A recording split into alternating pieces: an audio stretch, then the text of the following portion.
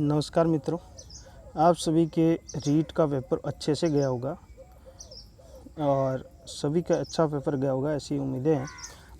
चलिए, मैंने 2 वीडियो पहले डाल रखे हैं और उन वीडियो के अंदर मैंने एक तो साइको का पेपर डाल रखा है और उसी के साथ साथ भाषाएं हैं, और दूसरे वीडियो के अंदर साइंस और मैथ डाल रखी है। तो आप देख लीजिएगा, वहाँ से जो भी मित्र हैं आपके वहाँ से देख लीजिएगा, वीडियो को शेयर कर दीजिएगा। ये एसएस वालों के हैं। आज का पेपर जो हुआ लेवल 2 वालों का वह पेपर है, ज़रा देखिएगा। चलिए, पहला प्रश्न पूछा, निम्न में से किस दशक में नकारात्मक जनसंख्या दृष्टि वृद्धि हुई है? तो ये आपका इसका जो सही उत्तर है वह क्या हो जाएगा? तो 1921 से लेकर और 1931 तक जो है नकारात्मक दृष्टि से वह जनसंख्या वृद्धि हुई थी। अगला प्रश्न, निम्न में से कौन सा लौह इस्पात कारखाना सर्वाधिक पुराना है? तो इसको जो है वो सबसे पुराना है। इसके बाद अगला प्रश्न पूछा गया था, उत्तर से दक्षिण में अवस्थित सही क्रम है भू आकृतियों का? तो भाबर होता है, फिर तराई होता है, फिर खादर होता है, फिर डेल्टा होता है ना। तो इसका ये उत्तर सही हो जाएगा। अगला प्रश्न पूछा था राजस्थान से कि जिप्सम में सर्वाधिक उत्पादन कौन सा जिला करता है? तो जिप्सम राजस्थान करता है। चलिए, अगले प्रश्न में बढ़ते हैं। तो पूछा था कि भारत में राष्ट्रीय मतदाता दिवस 25 जनवरी को मनाया जाता है। प्रश्न अगला पूछा था कि कृषि एवं सिंचाई को भारतीय संविधान में जिस सूची में शामिल किया वह कौन सी है? तो कृषि और सिंचाई जो है वह समवर्ती सूची का विषय, राज्य और केंद्र दोनों इसके अंदर भाग लेते हैं ना। चलिए, अगला प्रश्न पूछा था, संविधान के किस अनुच्छेद में सर्वोच्च न्यायालय को अभिलेख न्यायालय का स्थान दिया? तो 143वां है ये अनुच्छेद है ना। चलिए, अगला प्रश्न है कि भारतीय संविधान के किस अनुच्छेद के अंतर्गत राष्ट्रपति में संघ की कार्यपालिका शक्ति निहित होती है? तो 54वां जो है वह सही इसका हो जाएगा ना, 54वां इसका सही हो जाएगा। अगला प्रश्न पूछा था इसने कि दुर्गादास राठौड़ की छतरी कहाँ बनी हुई है? तो क्षिप्रा नदी के किनारे बनी हुई है, उज्जैन। और उज्जैन जो है वो कहाँ पर है? तो आपका जवाब क्या हो जाएगा? मध्य प्रदेश के अंदर है। चावंड चित्रकला शैली का विकास किस क्षेत्र में हुआ? तो मेवाड़ में हुआ था, प्रताप के समय ना। चलिए, अगला प्रश्न, श्रीमती किशोरी देवी कि किस किसान आंदोलन से संबंधित रही थी? तो सीकर से रही थी ना। बजंटी नामक आभूषण भगवान कृष्ण पहनते थे गले के अंदर है ना। चलिए, अगला प्रश्न पूछा था इसने कि बांसुरी जैसा कौन सा वाद्य यंत्र होता है? तो अलगोजा होता है। फिर आपको बताना था, इधर महाजनपद दिए थे, इधर नगर दिए थे, सही सुमेलित कौन सा है ये बताना था। तो गांधार जो है वह मथुरा को कहते हैं, ये सही है। चलिए, भंडदेवरा मंदिर बारा के अंदर है। चलिए, अगला प्रश्न देखिएगा कि आपको कथन बताने थे, सही कथन कौन से हैं?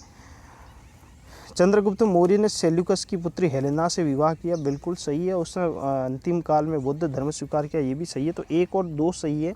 और उसने अशोक को नहीं बनाया था उत्तराधिकारी, है ना। बिंदुसार बना था इसके बाद, और बिंदुसार के बाद कौन बना था? तो बिंदुसार के बाद सुसीम बना था, और सुसीम के बाद अशोक बना था, है ना। चलिए, अगला प्रश्न देखिएगा।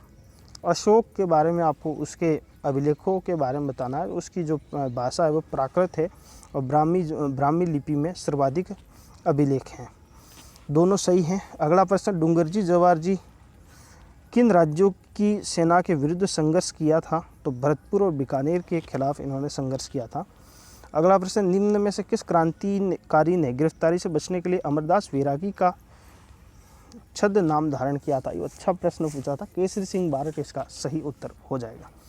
अगला प्रश्न पूछा था कि राजस्थान के किस क्रांतिकारी को तिहाड़ जेल में रखा था? तो गोपाल सिंह खरवा जो है उन्हें तिहाड़ जेल के अंदर रखा था, और उनके साथ साथ विजय सिंह पथिक भी तिहाड़ जेल में थे, और वहाँ से ये बरेली जेल के अंदर आए थे। और बरेली जेल से इसका जो सही उत्तर हो जाएगा ना तिहाड़ जेल का, तो इसका जो सही उत्तर हो जाएगा वो प्रताप सिंह बारट है ना। प्रताप सिंह बारट है, और गोपाल सिंह खरवा को बरेली जेल के अंदर रखा था, है ना।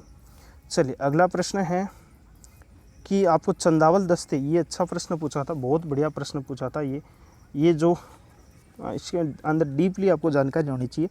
महाराणा प्रताप के चंदावल दस्ता, अब चंदावल दस्ता क्या होता है? जो पीछे की तरफ खड़ा हो, हरावल आगे की तरफ खड़ा रहता है, चंदावल पीछे की तरफ खड़ा रहता है। तो महाराणा प्रताप के चंदावल दस्ते में कौन कौन से सैनिक थे? तो हकीम खां जो है वह तो हरावल दस्ते में था, पुरोहित गोपीनाथ हरावल में था। बाकी सारे जो हैं वह चंदावल के अंदर थे। तो 2, 3, 5 और 6 इसका सी ऑप्शन इसका सही हो जाएगा। अगला प्रश्न पूछा है कि शेखावटी की सबसे बड़ी छतरी किसे मानी जाती है? तो राम गोपाल पोद्दार की छतरी, पोद्दार की छतरी बोलते हैं इसको, राम गोपाल पोद्दार की छतरी सबसे बड़ी छतरी है। पाकिस्तान में अवस्थित सभ्यता सिंधु सरस्वती सभ्यता के स्थल कौन कौन से हैं पाकिस्तान के अंदर? मोहनजोदाड़ो है, चंदहुड़ो है, हड़प्पा है और कोट दीजी, ये जो है ये सारे हैं। 3 और 4 को छोड़कर सारे के सारे हैं, है ना। चलिए अगला प्रश्न देखिए। अगला प्रश्न पूछा है कि महान गणितज्ञ ब्रह्मगुप्त का जन्म स्थान, ब्रह्मगुप्त का, बहुत अच्छा प्रश्न है, मुझे भी इसका पता नहीं, आप बताना इसके अंदर उत्तर क्या हो जाएगा कमेंट में, ठीक है। आपने क्या सही किया है बताएंगे। चलिए अगला प्रश्न है, वैदिक काल के बारे में आपको बताना था और कथनों पर विचार करना था कि कौन सा कथन सही है। गृहस्थ आश्रम अन्य सभी आश्रमों का पोषक था, बिल्कुल। और पूछा है कि गांव के अधिकारी को ग्रामीणी कहते हैं, ये सही बात है। और व्यापारी वर्ग को विष कहा जाता है, विष और विषपति, है ना। चलो ये 1, 2, 3 तीनों सही है। संत दरियाव जी रेड से संबंधित हैं। और अगला प्रश्न पूछा था इसने कि कथन, आपको महावीर स्वामी के बारे में कथन को विचार करना था और कौन सा कथन सही है ये आपको बताना था। जन्म लुम्बिनी के अंदर हुआ है और उनके बचपन का नाम वर्धमान था और उनकी माता का नाम महामाया नहीं था, है ना। तो 1 और 2 इसका सही है। अगला प्रश्न पूछा है कि विधान परिषद में राज्यपाल द्वारा कितने सदस्यों का मनोनयन होता है? तो 1/12 का होता था, है ना। अभी तो हटा दिया इसको 104वां संविधान संशोधन करके। अगला प्रश्न पूछा था कि स्वतंत्र भारत की पहली लोकसभा के प्रथम उपाध्यक्ष आयंगर हैं, सही उत्तर है। तो अगला प्रश्न है, मतदाता रजिस्टर का प्रभारी कौन होता है? तो पीठासीन अधिकारी होता है ना। चलिए अगला प्रश्न पूछा था कि कार्यपालिका विधायक के प्रति उत्तरदायी होती है, किस प्रणाली के अंदर होता है? संसदीय प्रणाली, संसदीय सरकार के अंदर होता है ऐसा, ठीक है ना। अगला प्रश्न है, निम्न में से कौन सा ज्ञान उद्देश्य का उदाहरण है? तो चलिए अगला प्रश्न, 100 टापू का शहर सभी को जानकारी है, बांसवाड़ा है। इसमें पूछा है कि आदिम जनजाति समूह में सूची में शामिल किया है भारत सरकार ने, सहरिया को किया है। मीठे पानी की सबसे बड़ी झील राजसमंद है। और कौन सी फसल सर्वाधिक राज्य में उत्पादित होती है? सरसों होती है। ऐसे तो बाजरा होती है लेकिन इसके बाद सरसों दे रखा, तो सरसों इसकी सही उत्तर हो जाएगा। अगला प्रश्न है कि पृथ्वी की आकृति को समझाने का सर्वश्रेष्ठ साधन क्या हो जाएगा? तो ग्लोब हो जाएगा, वो पृथ्वी की आकृति को उससे समझा सकता है। चोरा चोरी घटना पूछी थी, तो फरवरी 1922 के अंदर यह घटना हुई थी। पंडित हरिनारायण शर्मा को अलवर के किस शासक ने अपना सलाहकार नियुक्त किया था? बहुत अच्छा प्रश्न पूछा था। अगला प्रश्न है कि धर्म मनुष्य के भीतर देवत्व का विकास करता है। धर्म न तो पुस्तकों में है और न ही धार्मिक सिद्धांतों में है। ये जो बात कही थी वे किसने कही थी? तो ये राजा राम मोहन राय ने कही थी। अगला प्रश्न है कि पहला कवि जो वंचित वर्ग से था, तो रामदास थे ये। अगला प्रश्न पूछा है कि जजिया कर लगाया तो किस शासक ने पत्र लिखकर इसका विरोध किया? तो इसका सही उत्तर राज सिंह हो जाएगा। अगला प्रश्न पूछा है कि प्रश्नोत्तरी तकनीकी सामाजिक विज्ञान के शिक्षण में काफ़ी प्रभावी होती है, क्योंकि यह सुनिश्चित करती है कि विद्यार्थी की परीक्षा में बेहतर प्रत्युत्तर देने की क्षमता को, है ना। चलिए, इंश्योरेंस जीवन बीमा से संबंधित है। अगला प्रश्न पूछा है कि जिला स्तर पर उपभोक्ता विवादों का निपटारा कौन करता है? तो जिला न्यायालय करता है। हमारे देश का केंद्रीय बैंक कौन सा है? तो भारतीय रिजर्व बैंक है ना। और राज्य सरकारी बैंक मुख्यालय कहाँ पर है? अजमेर के अंदर है। अगला प्रश्न पूछा था कि सूर्य व पृथ्वी के मध्य अधिकतम दूरी अपसोर कहलाती है या उपसोर कहलाती है? चलिए अगला प्रश्न पूछा है, चूहा किस श्रेणी के अंदर आता है? तो द्वितीय उपभोक्ता होता है, वो घास खाता है, घास प्रथम श्रेणी, और घास के बाद चूहा घास को खाता है, तो द्वितीय उपभोक्ता है। चलिए अगला प्रश्न, इसका जो सही है वह यह कथन सही है, ये सबसे बड़ा वाला कथन इसका सही हो जाएगा।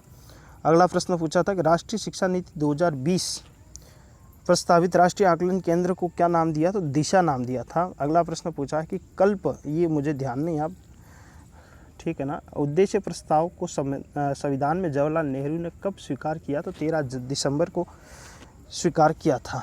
86वें संविधान संशोधन अधिनियम शिक्षा के अधिकार को किस मौलिक अधिकार का भाग बताया है?